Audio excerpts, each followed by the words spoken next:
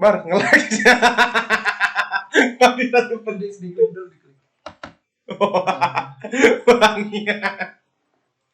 Enggak udah kata aja nanti. Oh iya. Assalamualaikum warahmatullahi wabarakatuh. Waalaikumsalam. Emang gua nggak bisa ngeliat muka gue ya? Enggak bisa. Nggak bisa.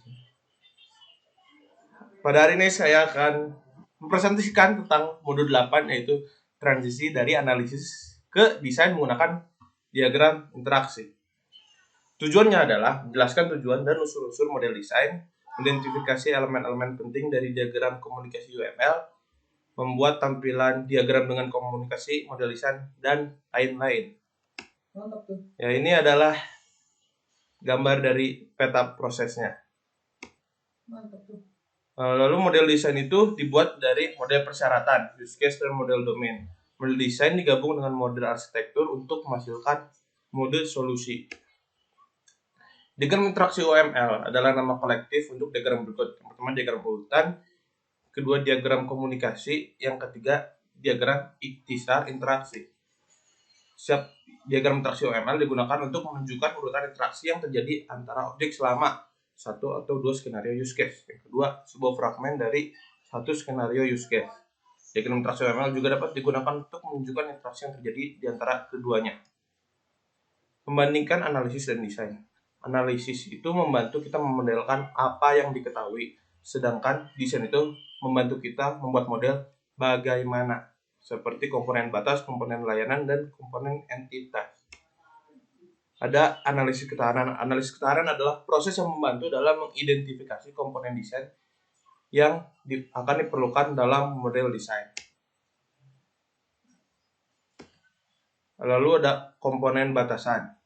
Kelas batas atau komponen batasan digunakan untuk memodelkan interaksi antara sistem dan aktornya. Lalu ada komponen entitas. Komponen kelas entitas digunakan untuk memodelkan informasi yang berumur panjang dan sering persisten. Entitas biasanya bersesuaian dengan objek domain. Sebagian besar entitas gigi. Entitas dapat memiliki perilaku yang kompleks. Komponen entitas akan sering memiliki komponen layanan yang sesuai. Objek layanan akan sering mengontrol objek entitas yang sesuai. Objek layanan dapat didelegasikan ke objek layanan lain. Komponen batas sering dapat mengambil atribut dari komponen entitas. Terus proses analisis robustness. Yang pertama, pilih use case. Kedua, buat diagram komunikasi atau diagram urutan yang memenuhi aktivitas use case. Lalu yang ketiga, ubah diagram komunikasi menjadi diagram urutan atau sebaliknya. Berikut adalah diagram komunikasi UML yang terdiri dari elemen-elemen berikut. Mengidentifikasi elemen-elemen diagram komunikasi. Pesan dapat menunjukkan, pertama, nama pesan. Kedua, panah arah. Lalu nomor urut yang menguraikan urutan pesan. Diam dulu.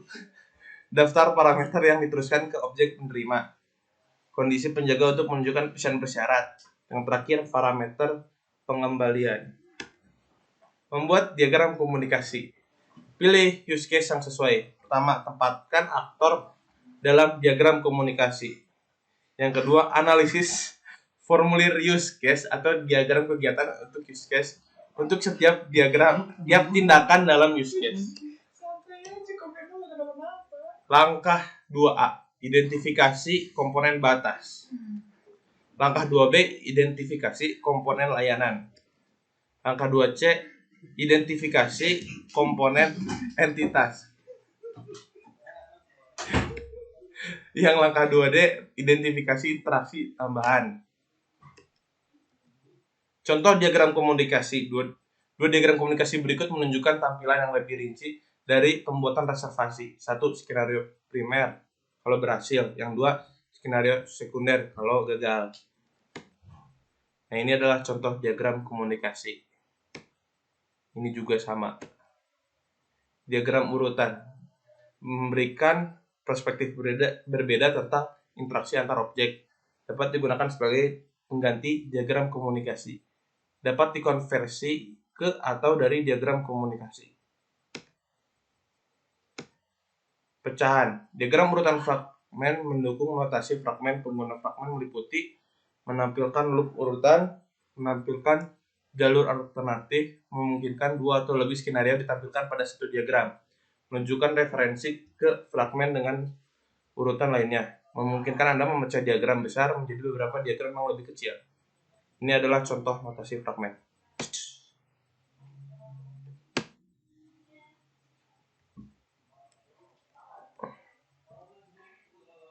Jadi diagram interaksi itu digunakan untuk mengidentifikasi komponen desain yang memenuhi use case. Interaksi objek juga dapat divisualisasikan dengan UML. Selesai.